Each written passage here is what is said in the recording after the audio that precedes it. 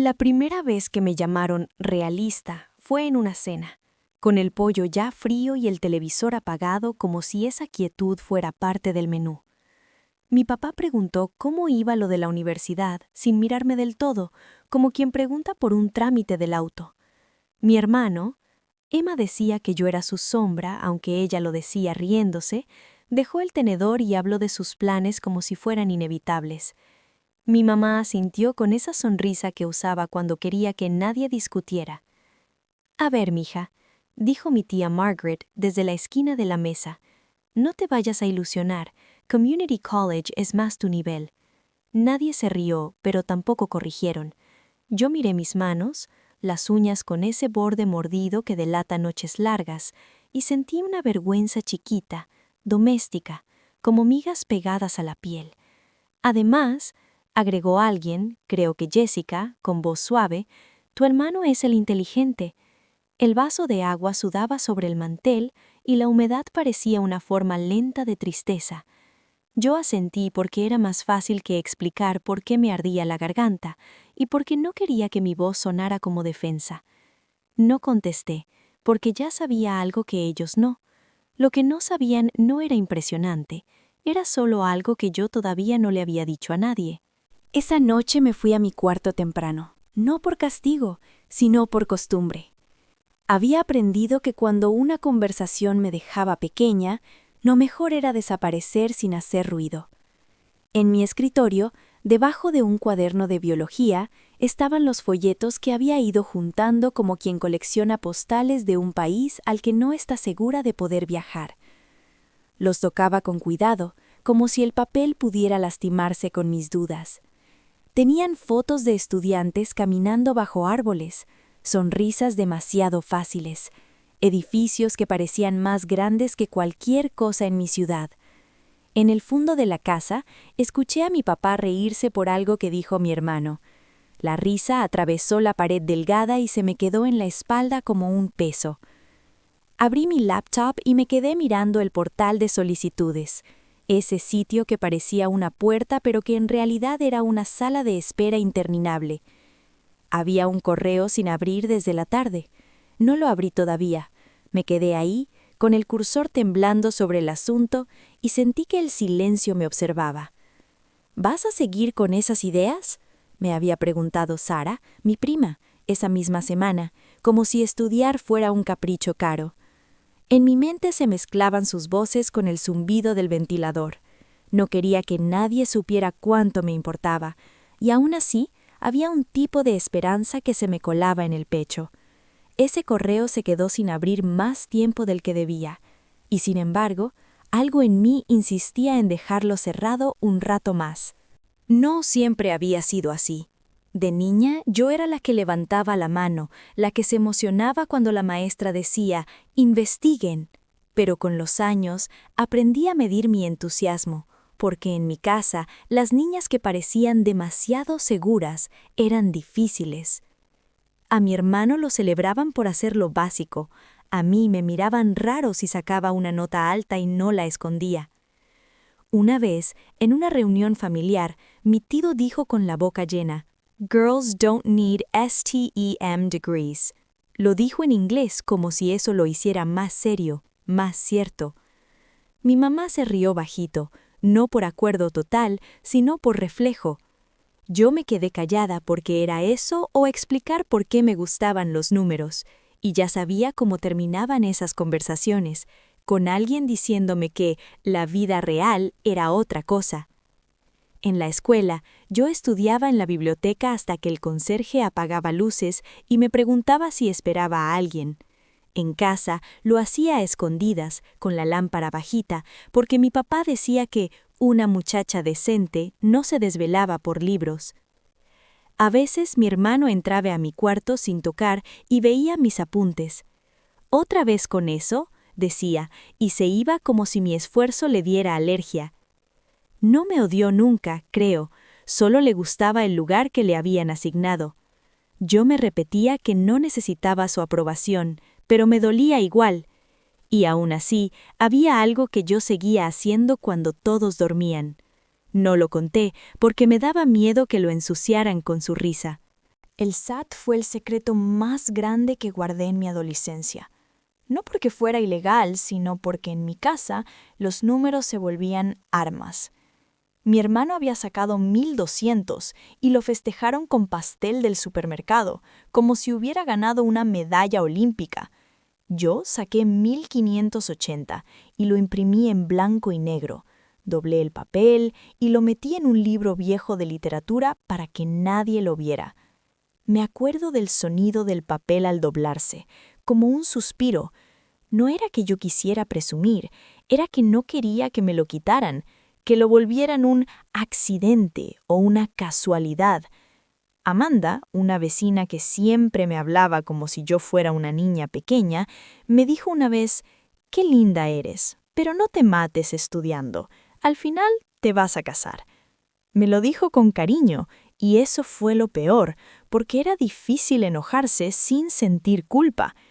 En la escuela, mis profesores me daban esos elogios tímidos, como si temieran que yo me creciera. «Tienes potencial», decían, pero lo decían como se dice «ojalá». Yo vivía en esa contradicción. Quería irme lejos, pero también quería que mi familia me viera sin que yo tuviera que gritar. Esa noche, cuando guardé el reporte del SAT, sentí que guardaba algo más que un puntaje. Guardaba una versión de mí que no era útil para su historia. Y sin embargo, algo se me quedó latiendo, como si el papel escondido en el libro estuviera esperando el momento equivocado para aparecer. Los meses de solicitudes fueron un trabajo silencioso, como limpiar una casa donde nadie nota el polvo, pero si lo dejas, se vuelve intolerable. Yo escribía ensayos en el celular cuando todos dormían, con el brillo al mínimo, las letras pequeñitas para que nadie viera desde la puerta. En el día, ayudaba en la casa, cuidaba a mi hermanito menor cuando Sara lo traía de visita, lavaba platos mientras escuchaba a mi mamá hablar por teléfono de lo difícil que era mi hermano. A veces, cuando yo decía que tenía que terminar una tarea, mi papá fruncía la cara. «¿Para qué tanto?», preguntaba. «No es como que vayas a...» y dejaba la frase colgando, como si el final fuera obvio. Yo asentía, tragándome la respuesta. En mi mochila llevaba un sobre manila con copias de todo: calificaciones, cartas, formularios. Lo tocaba como quien comprueba que todavía tiene pulso. Una tarde, Margaret vino a la casa y vio mi computadora abierta con una página de universidad. «Ay, hija», dijo, «no te hagas ilusiones, eso es para gente con dinero». Mi mamá, sin mirarme, respondió: «Ella nomás está viendo». Ese «no más» me cortó más que el comentario de Margaret, como si mis sueños fueran entretenimiento. Yo seguí escribiendo igual, con esa terquedad triste que no se muestra. Cada vez que el correo sonaba con una notificación, mi corazón se tensaba, pero yo no abría nada enfrente de nadie. No quería que su opinión se metiera antes que la mía. Hubo una semana entera en la que dejé correos sin abrir. No entendía por qué, hasta que me di cuenta de algo. El miedo no era al rechazo, era a que me aceptaran y aún así me dijeran que no era para mí. En diciembre, llegaron catálogos y cartas a la casa, y mi mamá los apilaba en la encimera como si fueran publicidad. El papel brillante olía a tinta fresca, y ese olor me daba ganas de llorar sin razón. Mi hermano agarraba lo que tenía su nombre primero y lo abría con confianza, sin cuidado. «Mira», decía, mostrando fotos de campus como si ya le pertenecieran. Yo esperaba a que todos se distrajeran para revisar si había algo para mí. Encontré un sobre una vez, blanco, con mi nombre escrito en letra impresa, y lo metí en mi mochila tan rápido que me dolió el hombro. No lo abrí en el autobús, no lo abrí en la escuela, no lo abrí en mi cuarto. Lo acaricié con los dedos, sintiendo el borde del sello, la textura del papel, como si fuera una herida que no quería mirar. Ese sobre se quedó en mi bolsa más tiempo del que debía. En la noche, abrí el portal de una universidad, solo una, porque me daba miedo mirar muchas y sentirme ridícula. y la pantalla tardó en cargar. El círculo giraba y giraba, y yo pensaba en cómo mi familia hablaba de mí cuando yo no estaba. Emma, mi mejor amiga, me había dicho, «No les cuentes hasta que sea real». Yo no supe contestarle porque para mí ya era real desde hacía meses, desde cada madrugada con café instantáneo y ojos secos. Pero entendí su punto cuando escuché a mi mamá decir por teléfono, «Ella es buena niña, pero no para esas cosas». Esa frase se me quedó pegada. Esa misma noche recibí una llamada de un número desconocido. No contesté. No sabía que esa decisión, tan pequeña, iba a tener eco después, como un pasillo largo donde cada puerta suena igual. Enero llegó con un frío que se metía por las ventanas viejas. La casa olía a sopa y a detergente, y yo caminaba como si cualquier movimiento pudiera causar una discusión. Un día, regresé de la escuela y vi que el buzón estaba lleno. Mi papá sacó el correo y lo separó en la mesa, como si fuera juez. «¿Cuentas?», dijo. «Propaganda, más cuentas». Yo vi un sobre grueso, diferente, y mi estómago dio un salto. No tenía sello común, tenía ese tipo de textura que no es casual. Pero antes de que yo lo tocara, mi mamá lo agarró. «Ah, esto debe ser para tu hermano», dijo, aunque tenía mi nombre, y se lo llevó a la cocina. Yo la seguí con los ojos, sin moverme. «Déjalo ahí», dije, con una voz que no me reconocí. Ella volteó rápido, como si la hubiera acusado de algo feo. «¿Qué?». «Nada», mentí. No quise insistir porque mi papá estaba ahí, mirándome con esa ceja levantada que significaba no armes lío. Yo subí a mi cuarto y sentí la piel caliente, como si me hubieran dado fiebre. Entré a mi correo y vi otra notificación. No la abrí. Me dije que era mejor esperar, como siempre. Pero esa noche escuché el sonido de papel rasgado en la cocina, muy tarde, cuando pensé que todos dormían. Me quedé quieta, con la respiración detenida. No supe si era mi imaginación o si realmente alguien abría algo que no le pertenecía. Me dio vergüenza incluso sospechar. Mi mamá no era una villana, solo era una mujer cansada, con miedo, que había aprendido que el mundo castiga a las hijas que quieren más. Aún así, algo dentro de mí se apretó, como si una parte de mi vida estuviera siendo tocada sin permiso. Hubo pequeñas validaciones que parecían accidentes. Una maestra me pidió que me quedara después de clase y me dio un sobre con mi nombre. Era una recomendación extra, dijo, por si la necesitas. Yo lo guardé como si fuera una joya. En la biblioteca, un señor que nunca me hablaba me dijo, «Siempre estás aquí.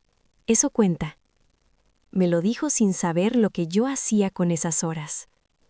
Un día, Emma me mandó una foto de una universidad, un edificio rojo, y escribió, «Te imagino ahí». Yo me quedé viendo la pantalla hasta que se apagó. No sabía cómo explicarle que a veces me imaginaba ahí también, y luego me imaginaba volviendo a casa para contarles, y en esa versión de la historia ellos no sonreían. Mi familia organizó una cena para celebrar un reconocimiento pequeño de mi hermano, un certificado de algo que yo ni entendí. Margaret trajo un pastel, Jessica trajo globos, y mi mamá puso música. Cuando alguien preguntó por mis solicitudes, mi papá dijo, «Ella está viendo opciones». Otra vez esa frase, como si yo estuviera eligiendo cortinas. Yo apreté la servilleta en mi regazo. «No la presionen», agregó Sara. «A algunas personas les va mejor con menos». Yo sonreí, porque era eso o llorar ahí mismo. No contesté porque ya sabía algo que ellos no. En mi mochila, debajo de un libro de matemáticas, tenía una impresión de un portal de aceptación que no me atrevía a mostrar. Era solo una captura de pantalla, sin confeti digital, sin fanfarrias. Me daba miedo que se evaporara si lo sacaba a la luz. Esa noche me dormí con el teléfono en la mano, sin batería. como si incluso el sueño fuera un lugar donde tenía que proteger algo. A veces la esperanza no se sentía bonita, se sentía como un secreto pesado. En febrero, recibí un correo de una universidad que no voy a nombrar aquí todavía, porque en ese momento ni yo podía decirlo en voz alta sin sentir que mentía. El asunto decía algo simple, nada grandioso. Yo lo abrí en el baño, sentada en la tapa del inodoro, con la ducha goteando porque era el único lugar donde nadie entraba sin tocar. Leí la primera línea y me quedé helada. No grité, no salté. Me quedé mirando como si el texto pudiera cambiar si parpadeaba. Había un enlace, un portal, una confirmación. Mi garganta se cerró. Cerré el correo y lo volví a abrir, como si necesitara asegurarme de que no lo había inventado. Luego hice algo raro. Lo marqué como no leído. No sé por qué. Tal vez quería conservar la posibilidad de que no existiera, porque si existía, significaba que venía a otra parte. Decirlo, defenderlo, permitirlo. Esa misma tarde, mi mamá me pidió que llamara a la compañía de luz porque tú entiendes esas cosas. Yo lo hice, y mientras esperaba en la línea, miré el correo sin abrir otra vez. La música de espera sonaba como un chiste. En la noche, un número desconocido volvió a llamarme. No contesté otra vez. Me dije que si era importante, dejarían mensaje. No lo dejaron. Me quedé con esa sensación de haber dejado pasar algo, como cuando olvidas una palabra en medio de una frase y ya no vuelve. Emma me preguntó por mensaje si había noticias. Yo escribí sí, y luego lo borré. Le escribí todavía nada, y la envié, como si la mentira fuera una manta. Ese fue el tipo de cosas que empecé a hacer. Proteger mi alegría antes de que existiera del todo. No sabía que en mi casa también estaban protegiendo algo, pero de una manera distinta. En marzo, la casa se volvió un lugar donde el correo era una tensión diaria. Mi papá revisaba el buzón con una seriedad nueva. Mi mamá ordenaba cartas sin que nadie se lo pidiera. Mi hermano, con su confianza intacta, dejaba sobres abiertos en la mesa como trofeos. Yo empecé a notar cosas pequeñas, un sobre roto en la basura, papeles doblados que no eran facturas, una esquina de carta asomándose debajo de un libro de cocina. Una tarde, llegué temprano y vi a mi mamá con un sobre entre las manos, mirándolo como si le pesara. Cuando me vio, lo escondió detrás de su espalda con un movimiento torpe, casi infantil. «¿Qué es eso?», pregunté, intentando que sonara casual. «Nada», dijo ella, demasiado rápido. Mi pecho se apretó, pero no supe qué hacer con esa sensación sin convertirme en alguien que acusa. Me fui a mi cuarto y cerré la puerta. Escuché pasos en el pasillo y luego el sonido del triturador de basura en la cocina. Ese ruido se me quedó en los dientes. Yo abrí mi correo electrónico y empecé a buscar mensajes antiguos, como si pudiera rastrear algo perdido. Había uno que decía, «We tried to reach you». Sentí un hueco en el estómago. ¿A mí? ¿Cómo? Revisé mi número de teléfono en el portal de solicitudes. Estaba correcto. Revisé mi dirección. También. Me quedé mirando la pantalla hasta que los ojos me ardieron. Esa noche, Margaret llamó y preguntó cómo iba lo de la comunidad. Mi mamá respondió, «Ahí va, despacito». Yo estaba en la sala, escuchando. Ella no sabía que yo escuchaba. Yo no interrumpí. No quería que me miraran como si yo fuera una niña malcriada por querer algo. Pero algo se estaba rompiendo, no en una explosión, sino como una grieta que crece en silencio. No me di cuenta de que ese silencio me estaba entrenando para irme. La primera vez que vi una carta con el logo de una universidad que sí reconocí, MIT, fue en manos de mi hermano. Él la agitó como si fuera una invitación a una fiesta. «Mira», dijo, «hasta ellos saben quién vale la pena». Lo dijo riéndose, como si fuera broma, pero su risa tenía filo. Mi mamá lo abrazó y dijo, «Te lo mereces». Yo me quedé de pie, con un vaso en la mano, sintiendo el vidrio frío. «¿Y tú?», preguntó Jessica, mirándome con esa pena que disfraza curiosidad. «Yo estoy esperando», dije. Sara se encogió de hombros. A veces esperar es la respuesta, dijo. Yo tragué saliva. En mi cuarto esa noche revisé el portal otra vez. Había un mensaje que yo juraba no haber visto. Decía que habían enviado correspondencia física. Yo no sabía qué hacer con esa información. Me sentí tonta por no haberlo pensado antes, que tal vez el correo no era solo correos electrónicos, que tal vez había papel, sobres, cosas que pasaban por manos ajenas. Me acordé del movimiento de mi mamá escondiendo un sobre, del triturador, de la basura. Me dolió la cabeza como si fuera migraña.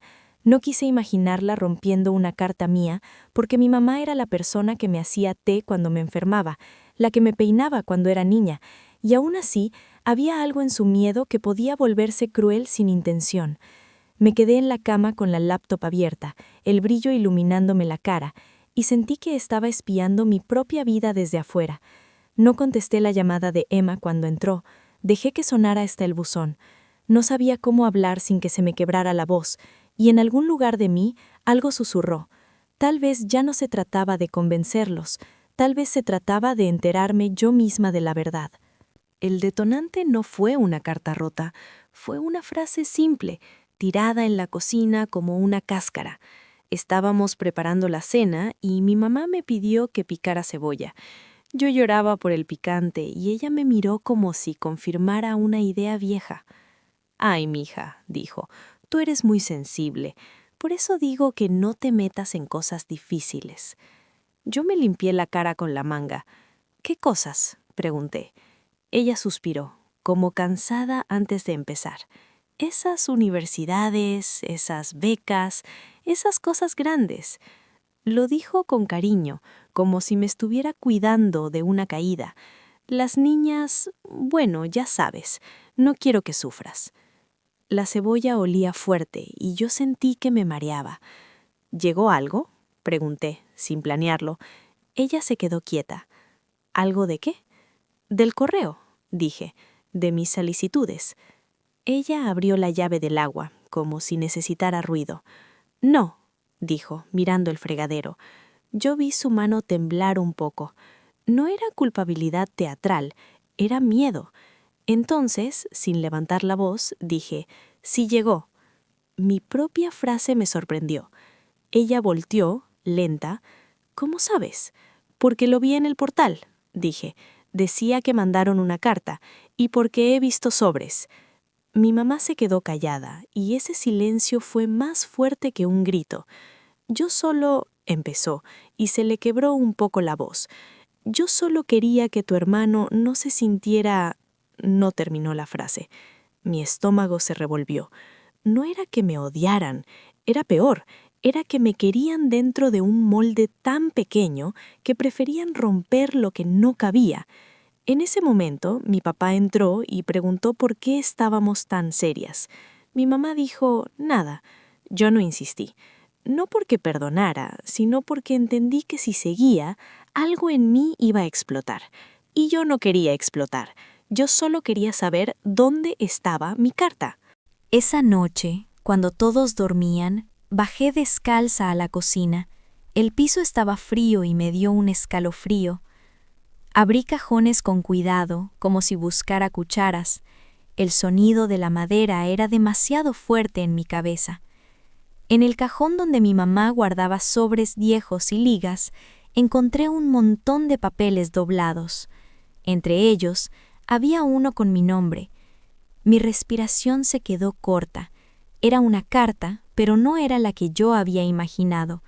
Estaba abierta, doblada de vuelta con prisa, como si alguien hubiera querido que pareciera intacta. La saqué y la puse sobre la mesa.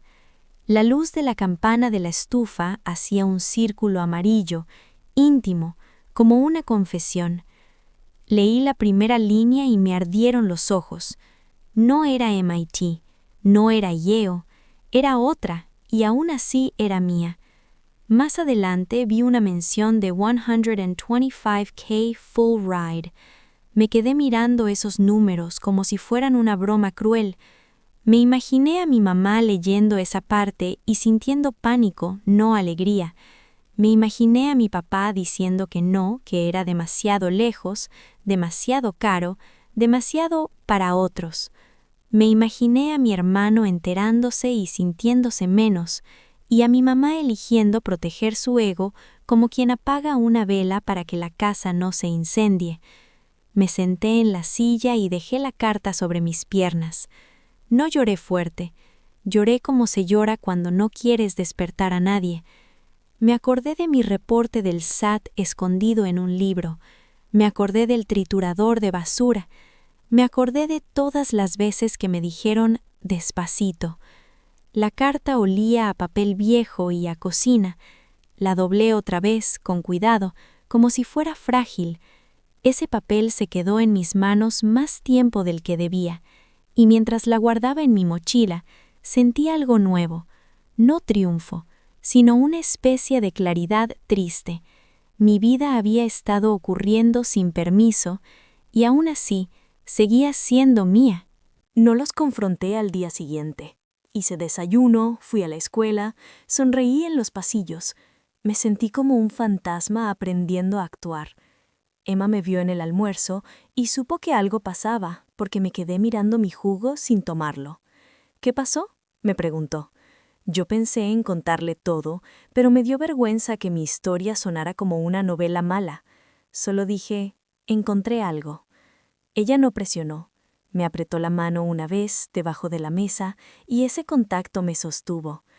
Esa semana recibí otro correo electrónico, esta vez de Northwestern, invitándome a revisar el portal. Me temblaron los dedos.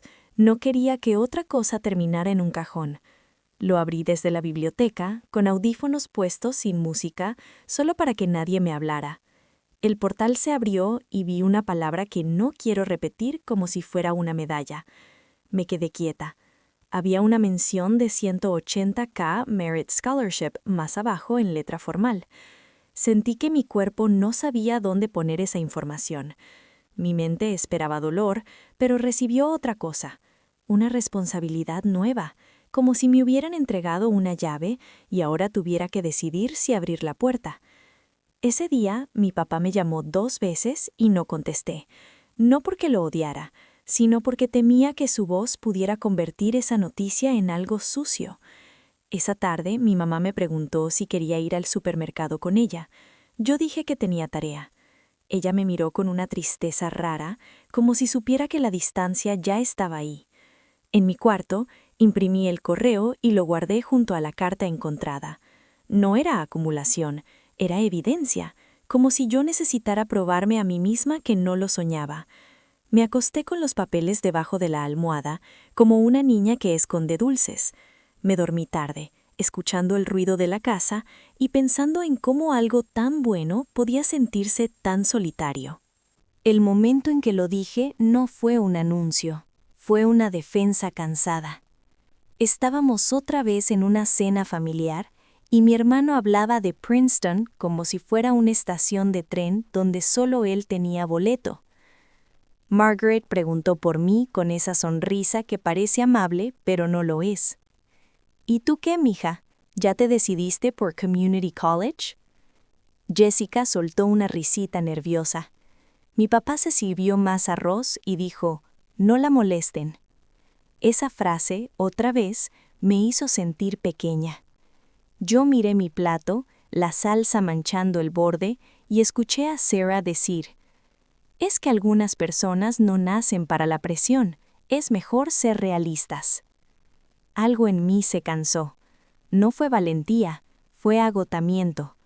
Levanté la vista y dije, como quien comenta el clima, ya me aceptaron.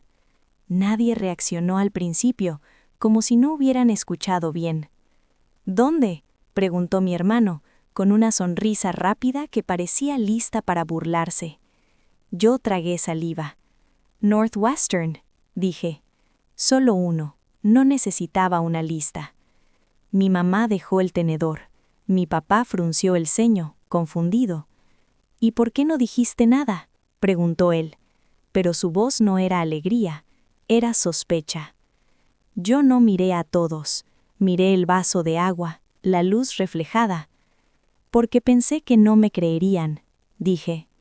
Fue la verdad más simple. Mi hermano se rió una vez, corto. ¿Y cómo vas a pagar eso?, preguntó.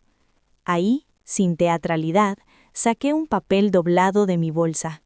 No lo agité, solo lo puse en la mesa. Hay una beca, dije. No necesito que paguen. Mi mamá me miró como si estuviera viendo a una desconocida. Margaret murmuró algo sobre esas cosas no duran. Yo no discutí, no quería convencerlos, solo quería que dejaran de hablar como si yo no existiera. No respondí a las preguntas que siguieron porque ya sabía algo. La verdad no siempre arregla nada. A veces solo cambia el aire.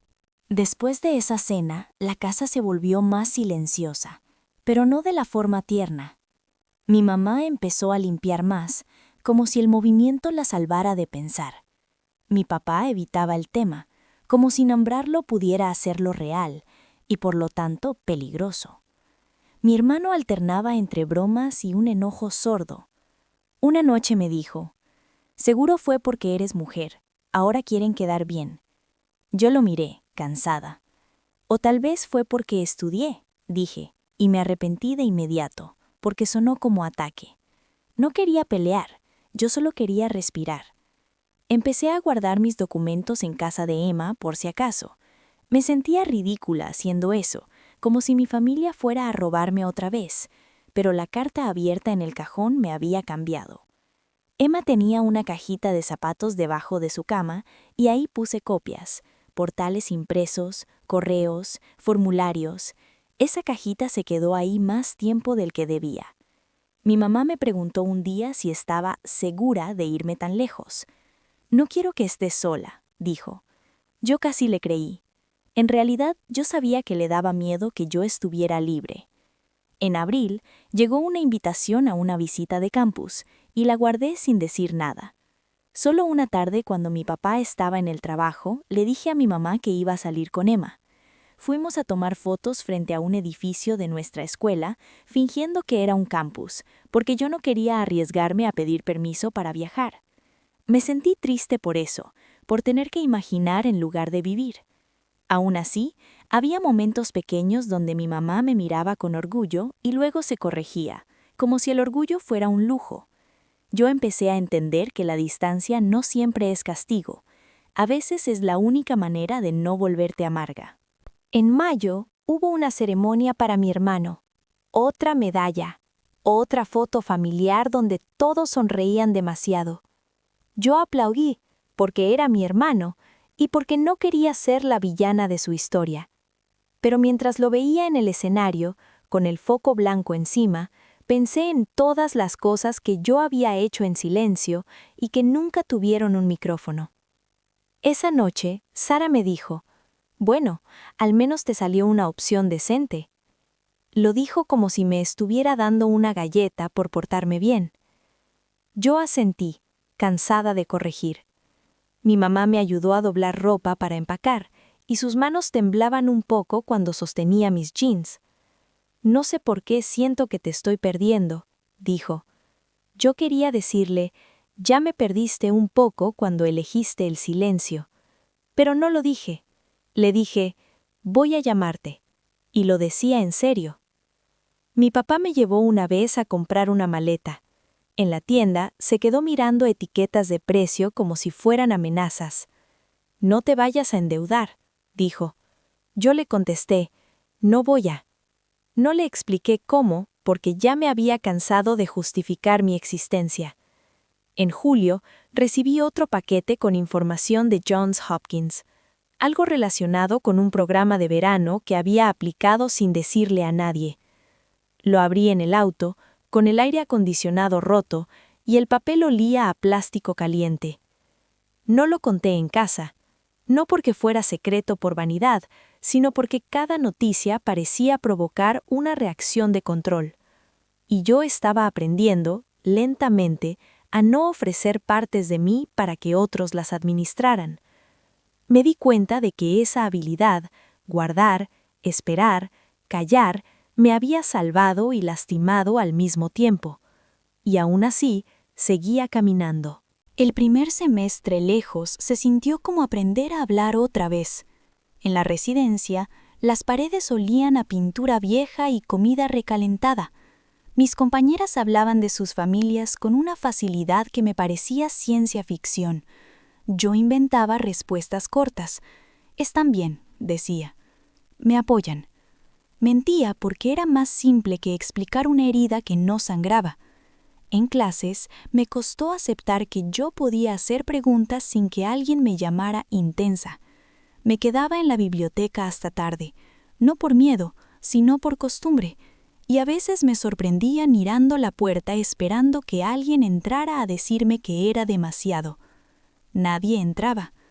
Una noche encontré una foto vieja en mi teléfono, yo y mi mamá en una feria, cuando yo era niña, con algodón de azúcar pegado en los dedos.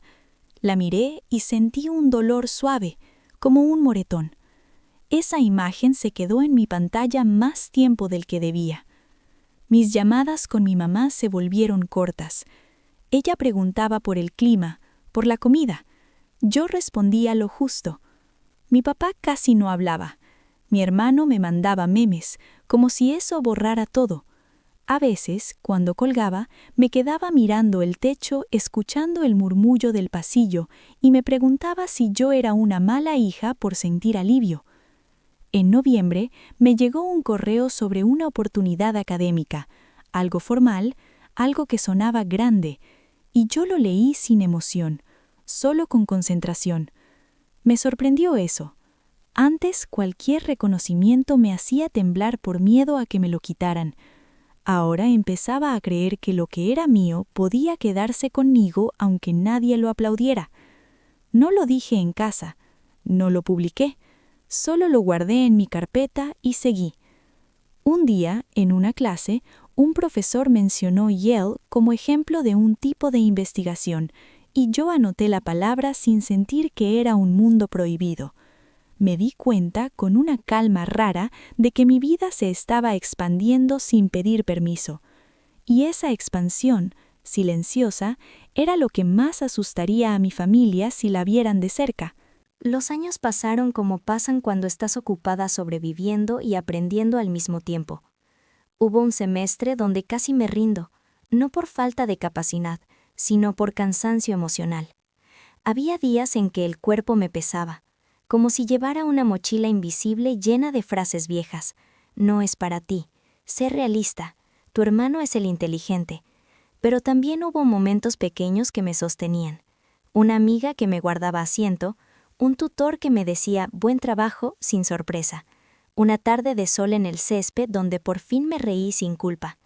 En algún punto recibí un apoyo económico distinto, un $95K Renewable Grant para continuar, y lo leí sin contarle a nadie en casa. Me lo guardé como se guarda un abrigo, para el frío, no para presumir. Volví a casa en vacaciones y notaba que mi cuarto se sentía más chico. Mi mamá seguía siendo mi mamá. Me hacía comida, me preguntaba si dormía bien, pero había una línea invisible entre nosotras, una zona donde la conversación no entraba. Una vez, Margaret comentó en Navidad, «Mira, al final sí te salió algo». Lo dijo como si mi vida fuera un sorteo. Yo sonreí, no por acuerdo, sino porque ya no tenía energía para discutir. Mi hermano hablaba menos de universidades y más de trabajo, y en su voz había un cansancio parecido al mío, aunque venía de otro lugar. A veces pensé que él también era víctima de esa historia familiar donde uno tiene que ser el orgullo y el otro la realista. Me sorprendí sintiendo compasión. No le dije nada, no era el momento. En mi último año recibí noticias sobre honores de graduación y una invitación relacionada con Phi Beta Kappa. Lo leí sola, en mi cuarto, con la ventana abierta y el ruido de la ciudad entrando. No sentí triunfo. Sentí una especie de tristeza por la versión adolescente de mí que habría querido correr a contarlo y no pudo. Esa tristeza se quedó conmigo, pero ya no me controlaba. El día que mi mamá encontró, por accidente, una copia vieja de aquella carta abierta, fue mucho después, cuando yo ya había terminado y regresé a casa solo a recoger cajas. Estaba en el fondo de una carpeta que yo dejé en un closet. Ella la sacó sin saber qué era y la leyó de pie, en la sala, con la luz de la tarde cayéndole en la cara. Yo entré y la vi sosteniéndola, y por un segundo pensé que iba a gritarme o a pedirme perdón o a explicar todo, pero no hizo nada de eso. Solo me miró como si estuviera viendo el pasado con retraso. Yo no me acuerdo de esto, dijo, y esa frase fue tan humana, tan triste, que casi me reí. Claro que se acordaba, solo no podía sostenerlo. Yo me senté en el brazo del sofá y sentí el cuero pegajoso en la piel. «Sí te acuerdas», dije suave, sin enojo teatral. Ella tragó saliva. «Yo tenía miedo», dijo. «Miedo de que te fueras y de que tu hermano...» Se quedó callada. Yo la vi luchar con sus propias palabras, como alguien que intenta levantar un mueble pesado sola. No era una villana, era una mujer que pensó que controlar era cuidar. «¿Y tú?», me preguntó al fin. «¿Me odias?». La pregunta me sorprendió porque sonó como una niña. Yo respiré hondo. «No», dije, y era verdad, no la odiaba. Había cosas que todavía dolían, sí, pero odio no. Solo aprendí a no necesitar que me creyeran, dije, y sentí que esa frase salía sin querer, como una confesión que no planeé. Ella se sentó despacio, como si las piernas le fallaran. El silencio entre nosotras no era castigo, era reconocimiento. Yo pensé en todo lo que había pasado. Un programa doctoral totalmente financiado que llegó después, un trabajo que pagaba bien, gente que pronunciaba mi nombre con respeto, pero no lo dije, no era el punto. El punto era que yo estaba ahí, adulta, y por primera vez no estaba pidiendo permiso para existir. No respondí más, porque ya sabía algo que a veces tarda años en volverse claro. Algunas familias no te niegan por maldad, sino por miedo, y aún así, tú tienes que irte. La última vez que cerré la puerta de esa casa, llevaba una caja de libros y una bolsa con ropa vieja. El aire afuera olía a tierra mojada, como si hubiera llovido sin que yo lo notara. Mi mamá estaba en la entrada, con los brazos cruzados, no para bloquearme, sino para sostenerse. Mi papá se quedó detrás, en silencio, mirando el piso. Mi hermano ni salió. Escuché su música desde adentro, un bajo repetitivo como un corazón que no quiere hablar. Mi mamá dijo, «Llama cuando llegues». Yo asentí. No hubo abrazo largo, no hubo promesa dramática, solo ese intercambio mínimo que contiene demasiado. Caminé hacia el coche y sentí una paz rara, no feliz, sino estable, como cuando por fin dejas de apretar los dientes. Metí la caja en el asiento trasero y me quedé un segundo con las manos en el volante, sin encender todavía. Miré el espejo y vi la casa pequeña, la ventana de la cocina, el buzón donde todo empezó a torcerse. Pensé en la carta abierta, en el triturador, en el sobre escondido, en la cena donde dije, ya me aceptaron, como quien dice, ya comí. Pensé también en las noches de biblioteca, en Emma, en las carpetas guardadas, en las llamadas ignoradas, en las cosas que logré sin aplausos. Pero lo más extraño fue que no sentí ganas de demostrárselo a nadie. Sentí algo más simple, gratitud por haberme mantenido entera. Encendí el coche y el motor sonó áspero, familiar. Mi mamá levantó una mano pequeña, como despedida, y yo respondí con otra. No lloré, no porque no doliera, sino porque el dolor ya no mandaba. Mientras salía de la calle, me di cuenta de que lo que más me había marcado no fue que una carta no llegara, fue que, aún sin esa carta en mis manos, yo había seguido caminando igual, y en ese momento, sin música, sin discurso, entendí que mi vida ya no necesitaba ser aprobada para ser vivida.